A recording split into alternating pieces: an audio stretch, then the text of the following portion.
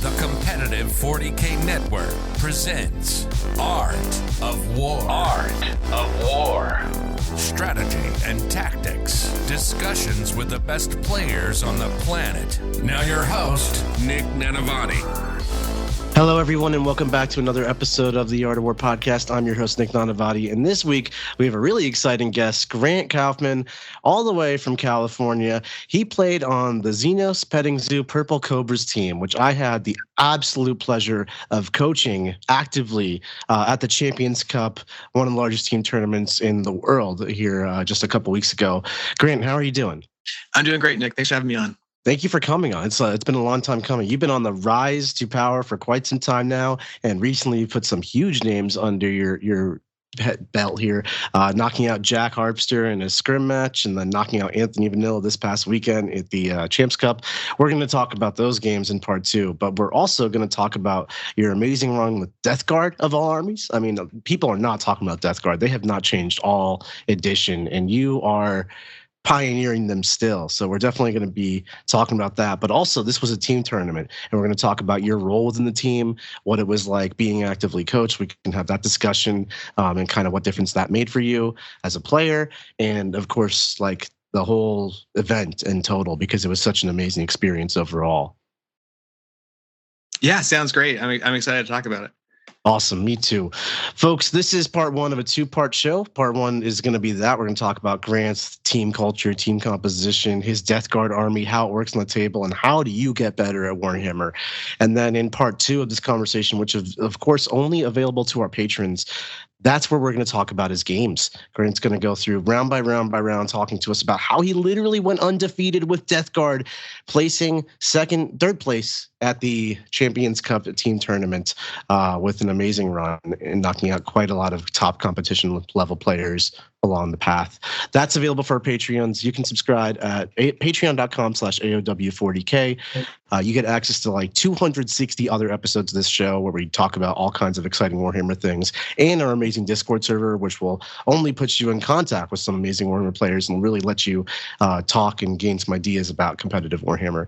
If that sounds like it's up your alley, please support the show. It's $5 a month. You get access to all those episodes plus the Discord server. And without further ado, Grant, let's hit the races. Tell me a little bit about yourself. I don't know much about you despite having coached you this past weekend. How did you get into Warhammer? So it's funny. I actually, in college, I was into fencing, and I had this fencing instructor that was also very good at math. That was the reason that he was at my college. And I wanted to spend more time with him because I liked him a lot, but also he was tutoring me at math. And sometimes we would be done with math, and he'd say, "Okay, like, what do you want to do?" And he had these cool miniatures. They're Space Marines, and I was like, "I don't know what that is," And he showed me, and he had a second army, which was Death Guard. So my math/fencing instructor basically taught me how to play 40K back in 8th edition. And I think a lot of the ways that I look at the game come from that like early experience with him, right? Like a lot of like unit statistics, reasons that I run models boil down to like him walking me through the decisions that he made when he played the game. And then the pandemic happened. So wasn't going in person as much, didn't see him as much, but I had a roommate that I played 40K with a lot. His name's Nico. He's great. We played a lot of games of 40K over the pandemic because we couldn't really go out, right? But we had a table, we had like, pieces of paper for terrain and models. And we went at it. We probably cranked out like 50 to 100 games over that year and a half. Yeah, that's pretty. I mean, I did that too. I just did it in front of a camera, but that's pretty awesome, Grant. That'll get you good really fast. Yeah. It was a lot of like constant iteration, because one of us would win, and then the other person would be like, "Okay, like, what do I need to change to like not lose?" Did you find like if it was just you and your one friend grinding it out like 100+ games over the course of a year, like you only have a certain amount of armies and factions you play, the games can get really repetitive, and your meta is not really a meta, it's two people playing each other. So like your lists become a counter to each other as opposed to like a well-rounded thing. Or did you have some way to get around that? We did not have a way to get around that, right? We were somewhat limited to the models we had, less so when we got into like TTS. But the way that we solved like that problem of games getting stale was we just got even jankier. We were just doing weird stuff. 8th edition was a weird edition, right? The rules weren't as tight as they are now. Like I was doing stuff with like a Great and Clean One and Epidemius. Back in 8th edition, Epidemius had this thing where wherever a Nurgle Greater Demon got a kill, his tally would increase, right? And you get buffs for all your Nurgle Demons. But his tally did not specify that your Nurgle Demon had to kill enemy models. So I would kill my own, like I'd bring like 2 or 3 man units, right? Like Chaos Spawn or Cultists from like Blackstone Fortress. And kill them with like psychic powers or grenades from the CSM book, right, in 8th edition. And that's how we kind of kept the game like fresh, right? Right. By like diving really deep into the books and like some of it was probably questionably legal, you know, but it was happening on the kitchen table and we were both having fun. And right. We did learn a lot about the rules of 40K by doing it. That's a great way to get better and just kind of learn the game in the first place, is to just have those games on the kitchen table or wherever you can with your friend and just learn Warhammer. And that's like a core part of what Warhammer is. Beyond that, though, there's like, I learned the game mechanically. I learned how to shoot the bolter and like build a list and then beat my friend in my house or whatever. But then there's like going to tournaments and beating world champion players. So that's quite the level of skill progression. So what happened after COVID when the world started opening up? Okay, so basically, me and my buddy, we couldn't play each other anymore. It was just we ran out of landing space. So I reached out to people in my community through like Discord, right? Like that I got added to by going to a store. And I ran into people from XPZ, Xenos Petting Zoo, and I started like hanging out with those guys, and there's a lot of really great players on the team, and I got more experience there. Essentially, I kind of formed in my own like community outside of XPZ. We have like a group of people that also go to tournaments that I play with as well, right? So it's really about like building a community of people that are interested in getting better at the game and like challenging each other constantly. You know, I think people are 40K players, especially, but people in general are products of their environment. So if you want to like be a certain way or succeed at 40K, right, you have to find like-minded people, right, that also want the same thing. Absolutely. I mean, that's just like a big part of anything, right? You have to, no one gets good in a vacuum. You just got to find people who can help build you up. So you found a great set of guys, XPZ, and women. It's a multi-gender game these days, and you basically just leverage this community to help yourself get better. That story is crystal clear. I got you. Let's talk a little bit more in detail, though. Like, surrounding yourself with players who are better than you is a great way to get better conceptually, but Warhammer is such a challenging thing to learn, and like on a competitive level, because there's so many ways you can think about it in terms of list and deployment and turn 1, turn 2, where individual decisions have cascading effects. So how do you learn from your losses and even your wins and just progress as a player? And what has that process been like for you? Yeah. So I'm not doing like meditation sessions after each tournament, right? But I really am like focusing on the things that I felt were successful in games, right? And we can just take 10th edition as an example. I've been playing since the start of 10th edition, but after Death Guard got their extra contagion, I've been playing essentially the same list, right? You have, I'll go into the details later, but it hasn't changed much. And what I have changed have been small iterations from things that I've noticed in the games that I've played, right? It's about constantly like swapping out pieces and creating little packages of things that work well together. Lots of small little improvements over time, basically. Yeah, iterating on your creation. I think something notable about the way that I play is I have my own lists, right? I have my own brand of way of playing 40K, and that's kind of something that you refine over time, right? And I've taken tons of inspiration from the people in my community and the games that I've watched, but that's also something I define by playing in a lot of tournaments. I go to a lot of local and not so local 40K tournaments. I'm not traveling like around the world, but SoCal is a very large 40K scene. I'm regularly going like to like 100+ person GTs 2 or 3 times a year at least, right? Often like quarterly, and really like I've developed this list in my play style like through just reps and games. Mm-hmm. Absolutely. And I think that's really your Death Guard list, which we'll cover in detail a little bit later in this episode, is a very unique thing. I've never seen anyone else quite piloting Death Guard the style in which you pilot it, with Rodigus and Brigands and the stylistically how you pilot it on the table, which is what part 2 is all about. And it's definitely a product of like your list refined over time. And what I've found from interviewing people very recently, more so than in the past 5 years of doing it, is that the way Warhammer is right now in today's metagame is so vastly expressive for players' skill. And by that I mean, it used to be if you had one of the top 3 or 4 lists, you had a huge shot at victory. And now it's like the list only matters so much. Like what matters far more than the list is your ability to pilot it. And that's a pretty beautiful thing. And I think your ability to express that was highlighted over this past weekend at Champs Cup.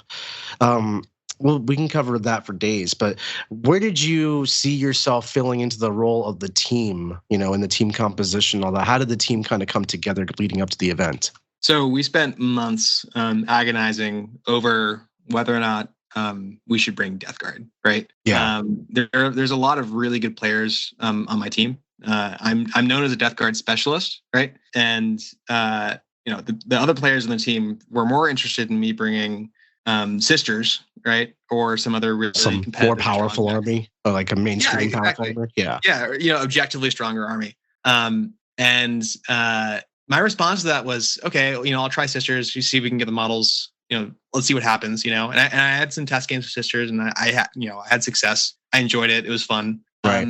But my heart was like, God, I really want to play Death Guard. Mm-hmm. And that's important. That stuff really matters. Yeah, exactly. Like I want to go and have fun. I want to like rep my faction, So I knew that I wasn't going to be able to do that if without data, right? So I went to 2 GTs. I went to a like local San Diego GT, and I went to Palm Springs Open, which is a slightly larger Southern California GT, with the intention of demonstrating that Death Guard could be played, right? Even after the pariah changes, and do reasonably well, right? Right.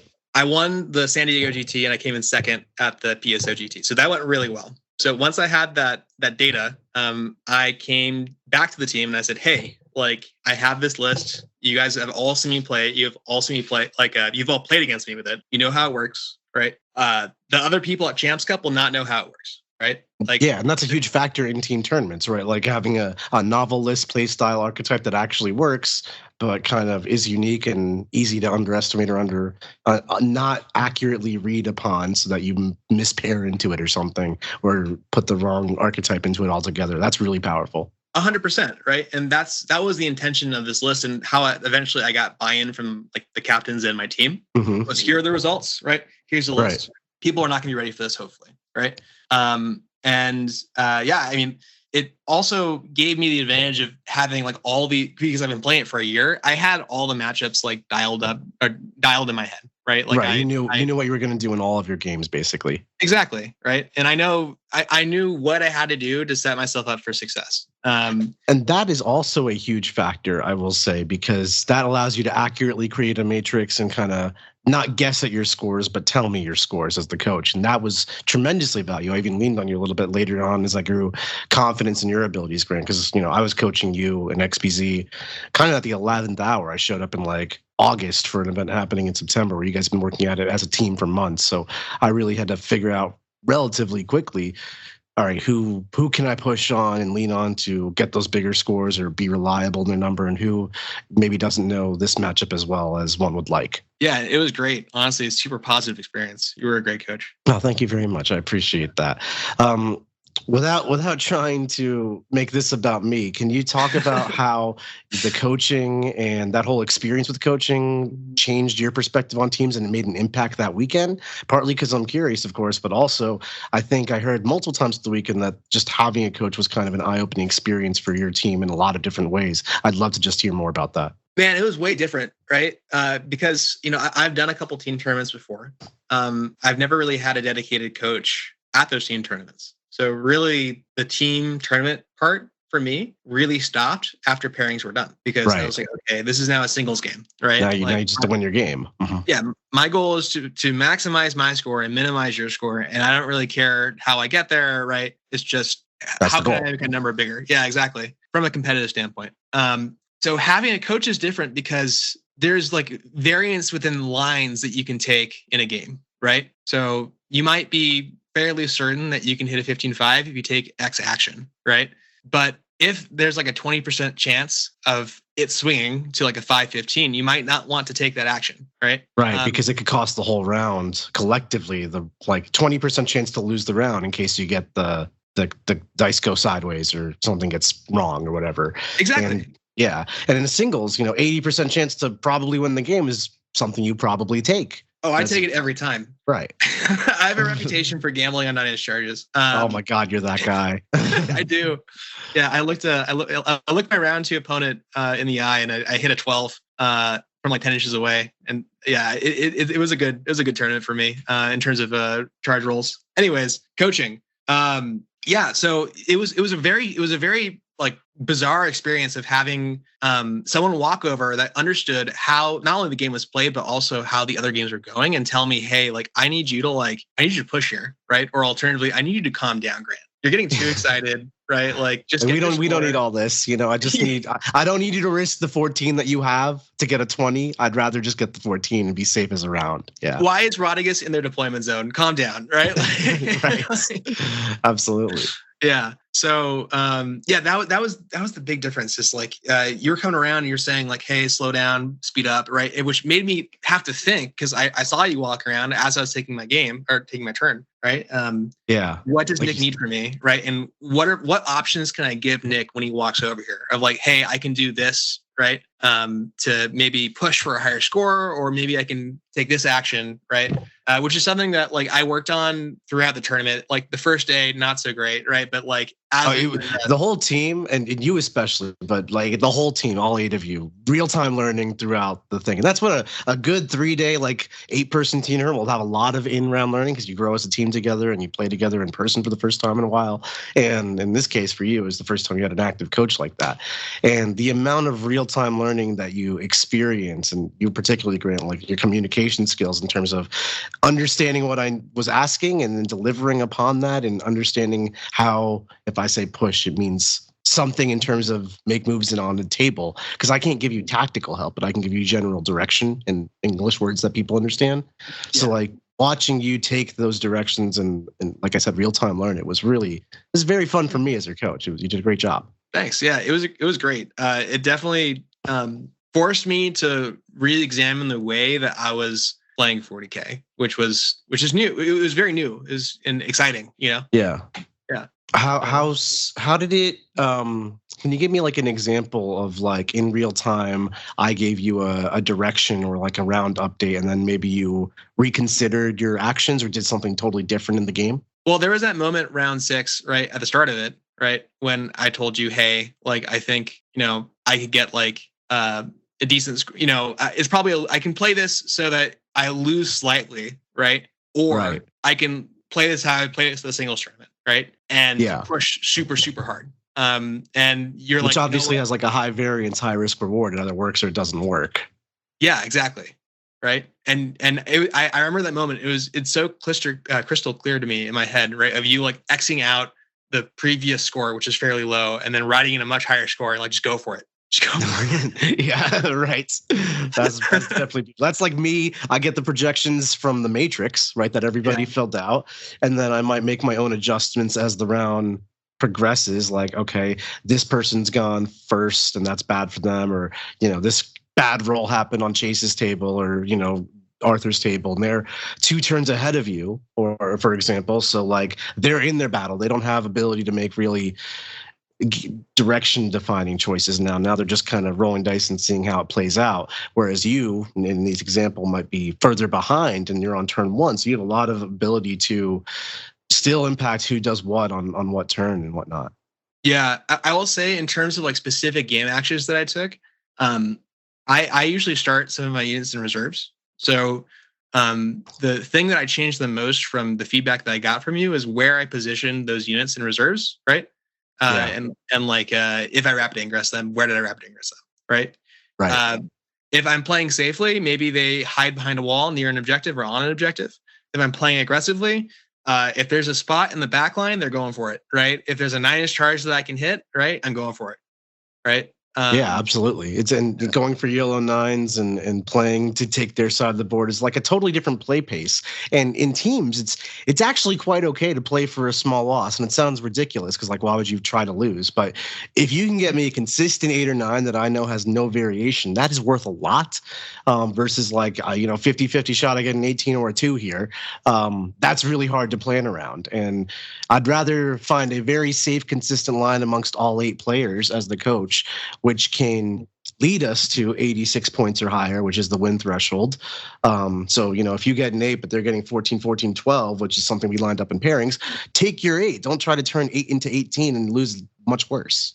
Yeah. The value of having like a neutralizer, like a designated neutralizer, is not something that I think can be overstated, right?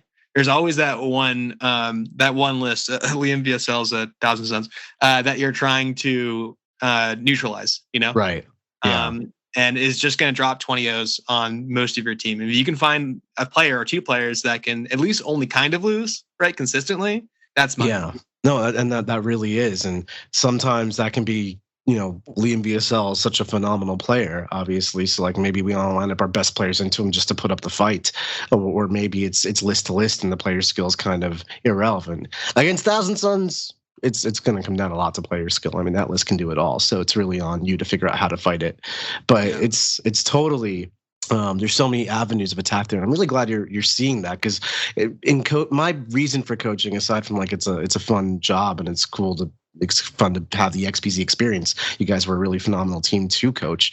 My selfish reason for coaching was very much I want to instill you guys with the knowledge of what a coach is, because it's something that I see all the time at WTC. It's like standard practice at WTC. America had like 10 coaches this past year, but in Team 40K in America, relatively infant in comparison, and we just don't have that culture about it yet. So I want to do what we can to kind of bring us there in terms of cultural norms, because I think a team without a coach versus team with a coach, the team with a coach, assuming player skills even, will win just about every time, assuming your coach knows what they're doing. Yeah. I will say the team scene is so much different than like the individual 40K scene, right? And the games are played very much differently as well. And honestly, when you don't have a coach, it really just feels like 5 or 8 people playing singles 40K, right? Right, you're on an island. Yeah, exactly, right. And then with the coach, it's like, okay, no, we're like all collaborating here. Like that information that you get of like how are my fellow players doing is very important. Well, from the coaching perspective, one thing I found incredibly interesting, Grant, was that in the early rounds, I was still learning how your team operated and learning the best way that I could figure out to coach you all and have that be received effectively. And in the later rounds, we were like a well-oiled machine at that point. But in the early rounds, I kind of felt as though there wasn't even like an understanding of what the coach's job was, or like it was a very loose understanding of what that coach's role was. And then through that process, we all got it, and that role became more accepted as an important part of the team. And what I found as the coach was in the early rounds, I would just tell you like, hit your 14. Like I want a 14 from you. Like 14 would be the number on the matrix, and it's what we're looking for. Or like I'd go to one person and be like, I need you to push for more points, without explaining why I needed you to push for more points. And then when we got a team debrief session and all that, I really was able to articulate the importance of like one person goes down, so someone else has to make those points up, or collectively, together we're working together to get 86 points. And what I found in real time was when I went to your table and explained why, okay, like XYZ person is having this struggle in their game, that's going to decrease their expected score. So you are in a position where you can potentially do something about your board state. Like some players can't, some players can. Some games are more up in the air like that. You got to make some stuff happen, or like you said, chill. And that once I gave you, and not specifically, but the team, the reason why they needed to do the things I was instructing, you really saw a mindset shift and a result shift in terms of how well the team is playing together. Yeah.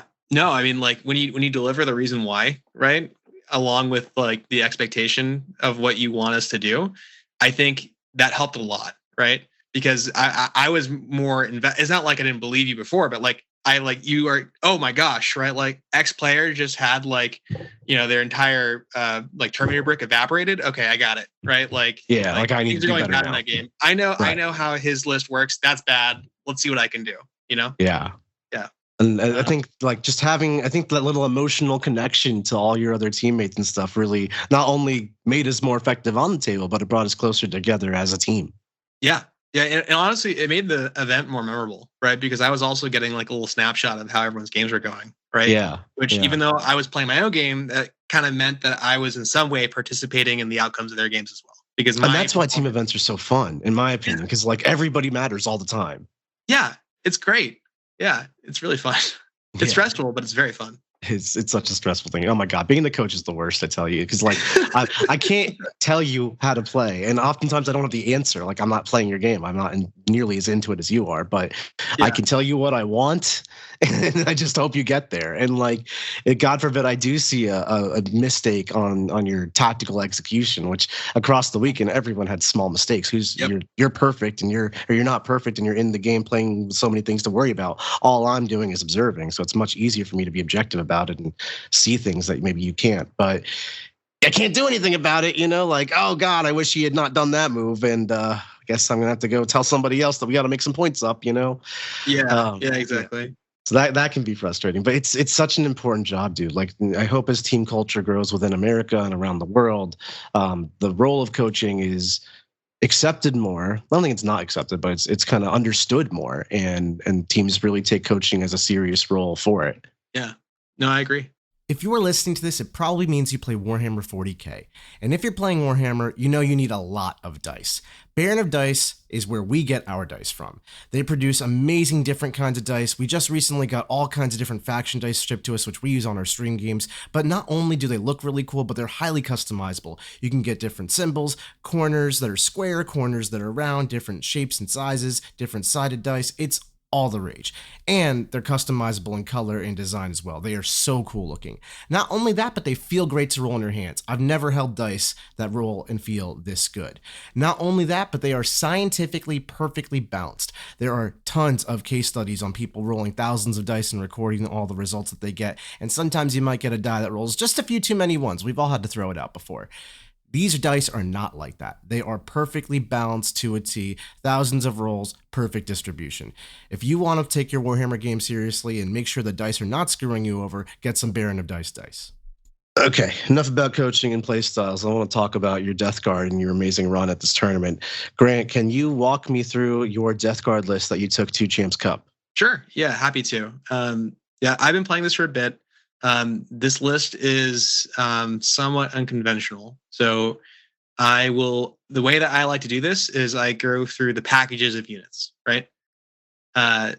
So we'll start with the Plague Marine brick. I think this is very familiar for most of my Death Guard players, but I'm running a Biologus Putrifier, a Foul Blightspawn, 10 Plague Marines, and a Rhino. So this is the Fights First brick, probably Death Guard's most familiar unit to other players. It's very, very, very lethal. Not super tanky, but it can move pretty fast with a 12-inch moving Rhino. Yeah. Basically, it's got critical 5s from the Biologus Putrifier. Is that what it is? And they have lethal hits, and then you have Fights First, and it's just a lot of damage. Yeah, and access to sustained hits for a CP or double sustained hits if you're on an infected objective marker, which can be can spike very hard. Yeah, at that point, you are doing crazy damage if you roll those 5s. Yeah, exactly. Yeah, so can be a very lethal unit, or it can do no damage. Who knows? The next package is what I refer to as the Budget Redeemer, which is 2 Malignant Plaguecasters in a Rhino. This unit puts out like a disgusting amount of shots right from the Rhino. It moves 12 inches. The Flamers are 2d6 plus 6 total, strength 6, AP2 damage D3 shots.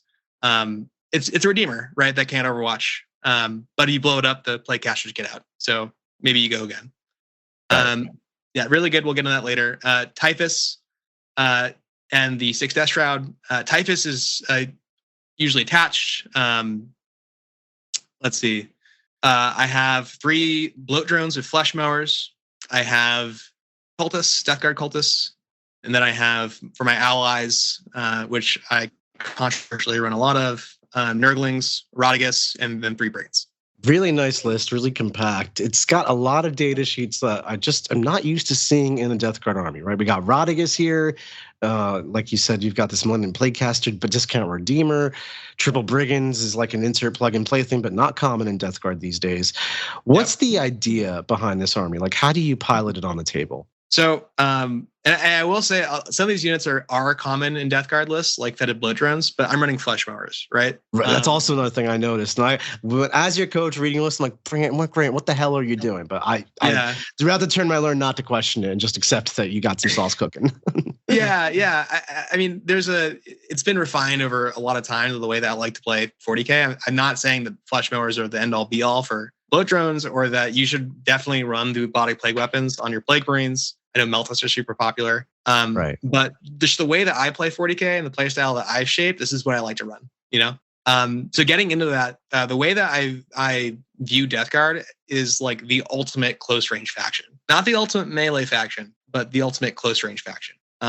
You should be able to, a good Death Guard list, in my opinion, can vaporize anything within 12 inches of it, right? Yeah. We're not particularly tanky. We're not particularly fast. We don't have any movement tricks, really, right? We're playing very honest, fair 40K. But a lot of our units are so good at fighting at close range that it can make up the difference, right?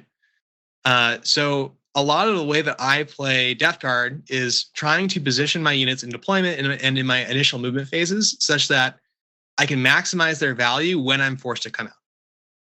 And that's kind of jargony, but basically I want to hit you with everything at the same time.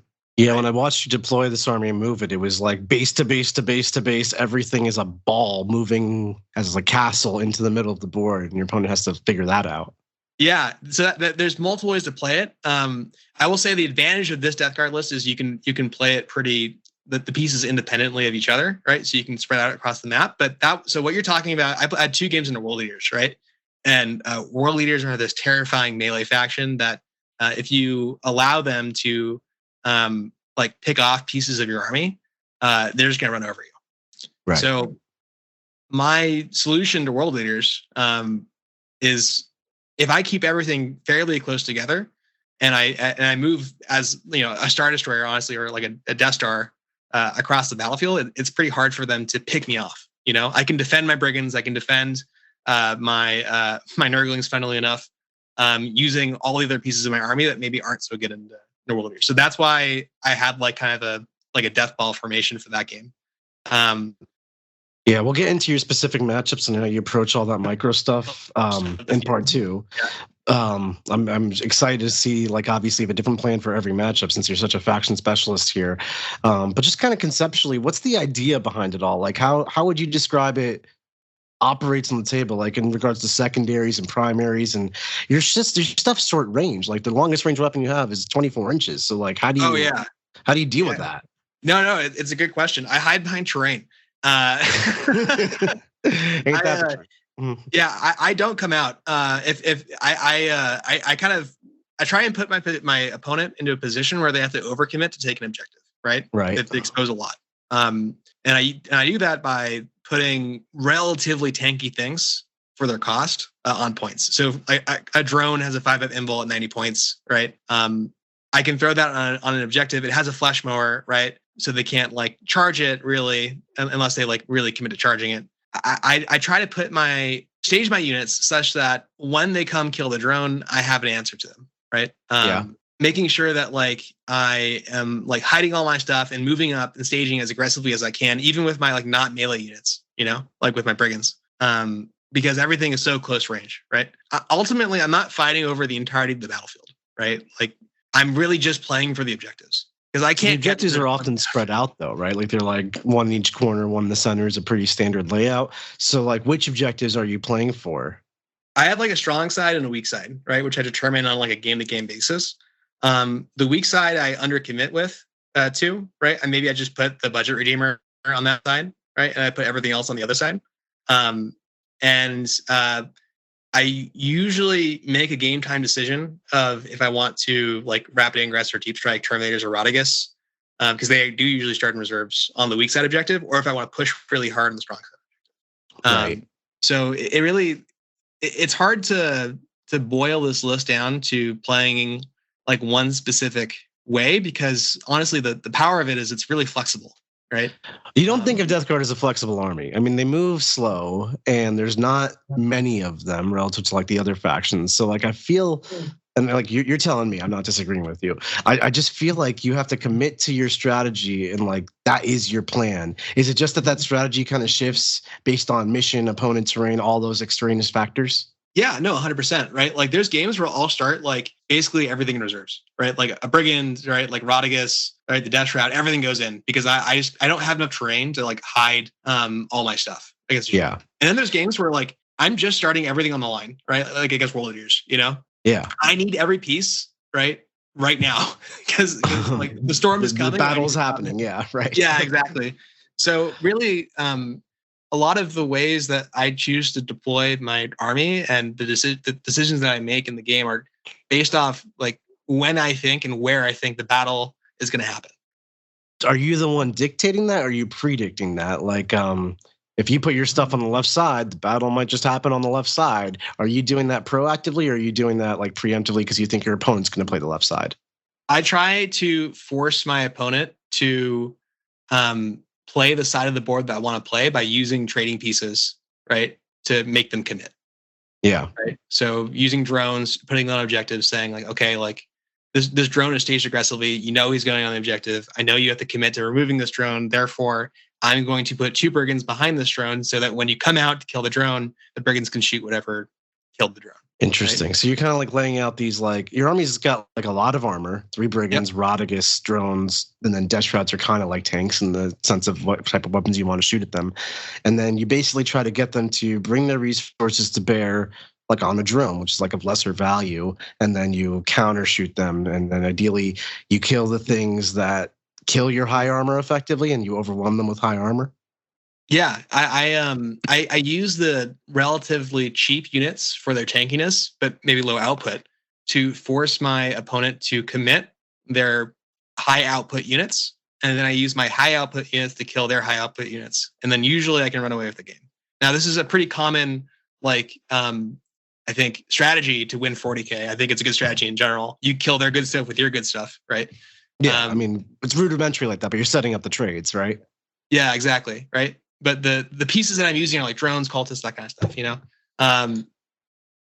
So yeah, that's kind of the way that I approach it in terms of like a broad strategy.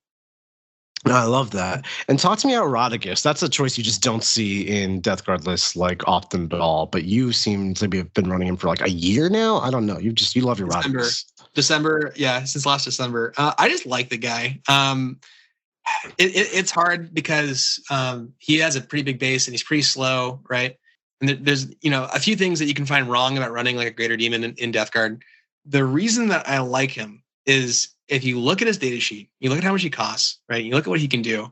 He's a pretty aggressively costed model. Like he isn't, and he's very unique, right? He has an aura of like half OC and half movement, right? Like the ability to force your opponent to play by the rules of Death Guard, right? Which is we're all going to be slow, in a game of 40K cannot be understated or overstated. Right? It's such a small aura, right? He's got a 6-inch aura of half movement. Like how do you even apply that practically? Rapid ingress usually, right? So yeah, okay. Yeah, you rapid ingress, right? You set him up. He's 22 wounds, 4 up invul T12, right? You set him up. You can even like put him in front of them sometimes, right? Like just don't let the anti-tank gun shoot you. You'd be like, hey, like if you want to charge me, you can, right? I am 9 inches away from you, right? But then you're in combat with Rodigus, and he's no slouch in combat. He's got like 7 attacks at strength, like 8, like AP3 damage. So he's like he's no slouch. Yeah, no, I get you.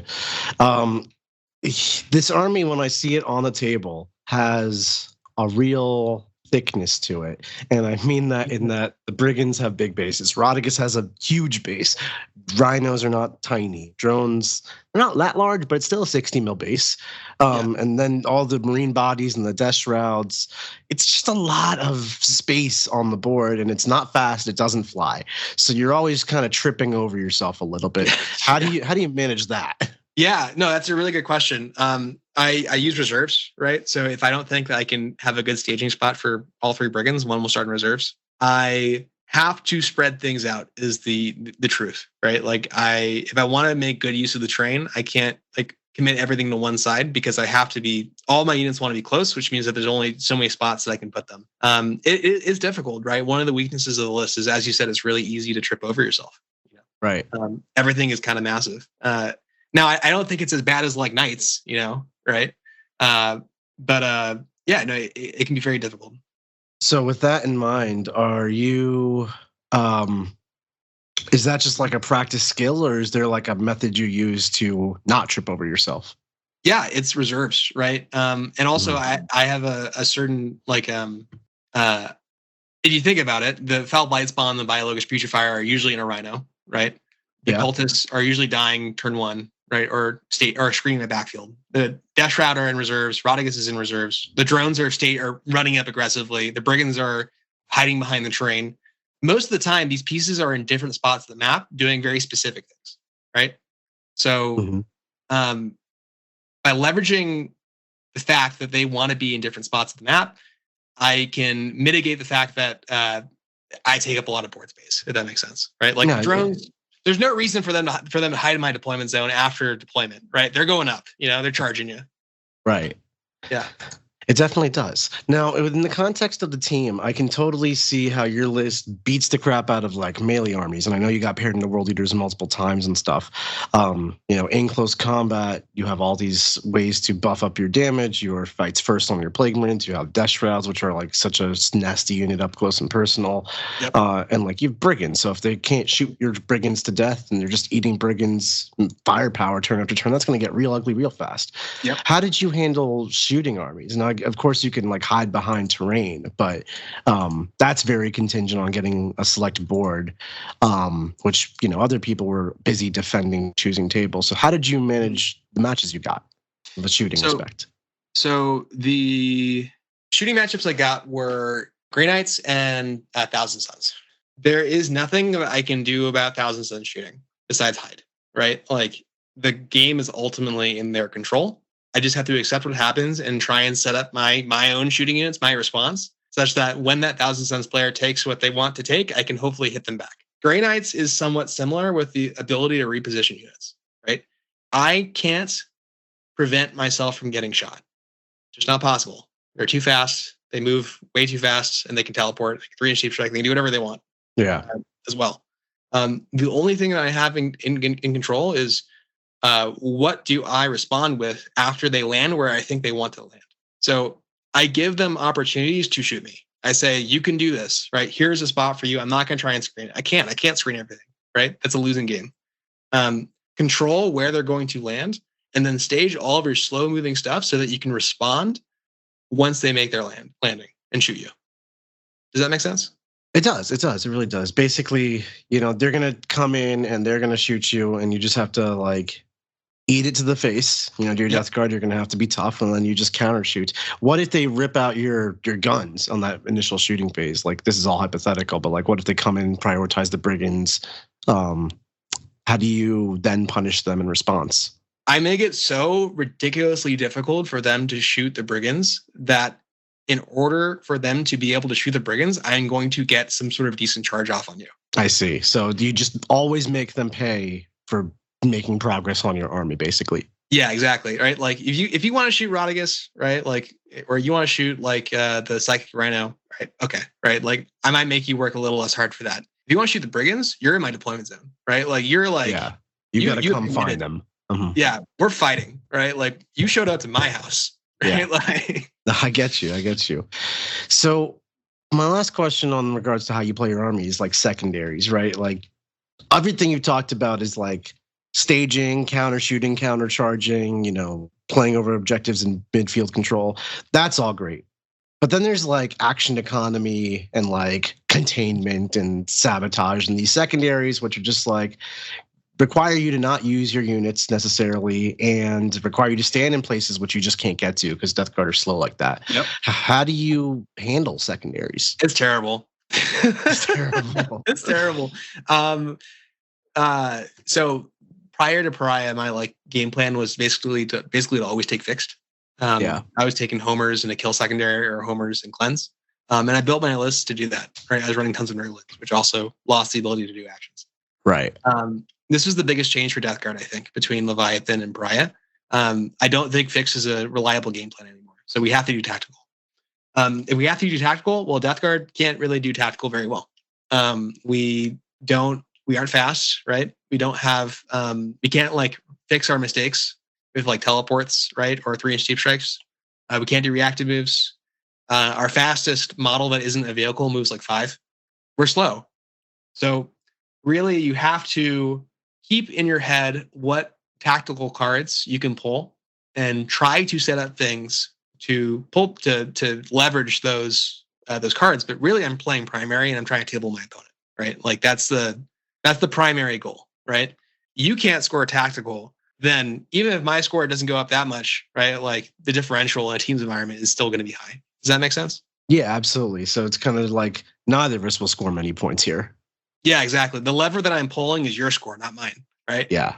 My score is up to the 40K gods, right? Like I don't know what tactical cards I'm gonna pull. Maybe I pull behind enemy lines turn 2. I'm like, that's never happening. But I can box you into your deployment zone, make you really pay to score primary points or to do secondaries. I love it. Sounds like a great plan. And basically it's very thematic of the way you're stylistically playing your army. Basically, anytime you want to progress the board state from your end, whether it's score points or kill me, I'm going to hit you back harder. And exactly. That's definitely carried you very well. I'm really excited to talk about how it carried you specifically through the various games of the Champions Cup. Grant, I just got one more question before we head over to that part of this episode. If you had one piece of advice for an aspiring Warhammer player, what would it be?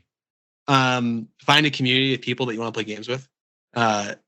Don't be in a silo. There's a lot of really great people out there. It doesn't have to be at tournaments. It can be anywhere. It can be on your kitchen table. It can be at other people's kitchen table. But like Warhammer is really about the people that comprise the game, you know? And the social hobby. Yeah, exactly. And regardless of it being a competitive hobby, the best way to get better is to collaborate and to meet people and make friends. So yeah, that's what I would encourage new players to do. Go find people that want to play the game. Awesome. Thank you so much for sharing that insight with us, Grant. It's been a pleasure to talk to you and interview. We're going to continue this conversation on part 2, everybody. That's for our patrons. You can subscribe at patreon.com/AOW40K. Grant and I are going to talk about all of the actual games he played, the specific positions he took, the tempos he took his game at, and dealing with me coaching with him in real time in the moment, telling him to change his strategy and what that looked like. If you're interested in learning the game, becoming your best, and be supporting the show, please give us a shot. It's patreon.com/AOW40K. $5 a month gets you access to this episode, 260 plus other episodes, and our Discord server. So the value is there. You're going to learn a lot. It's going to be an amazing time. Thanks so much for listening, and we'll catch you next week. Like what you just listened to? Check out Art of War Down Under and Art of War Unbroken on the competitive 40K network.